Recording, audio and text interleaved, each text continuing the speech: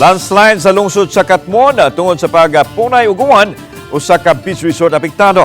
Midahili na ang yuta ning maong resort nga nahimutang sa Barangay Binongcalan. Sa pagkahunlak sa yuta apektado ang mga cottages nga nahimutang sa ubos nga bahin. May usa ka sakinan sab sa tag-iya sa resort ang nadatugan sa batog yuta.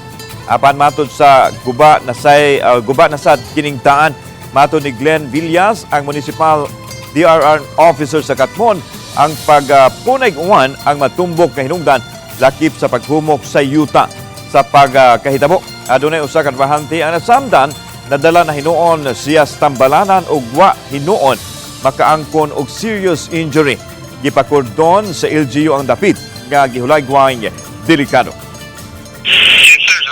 Kagahapon, madlawa, tibuong madlaw, ito na po, chicken buntag, hantod hapon niya, moto ni kuwan niya. Paano ba dyan ang iyasang foundation dito, bigyan siya yung naikabilya ng structure ba, more ito, kanang tambak lang ang yung tiri-papa niya na.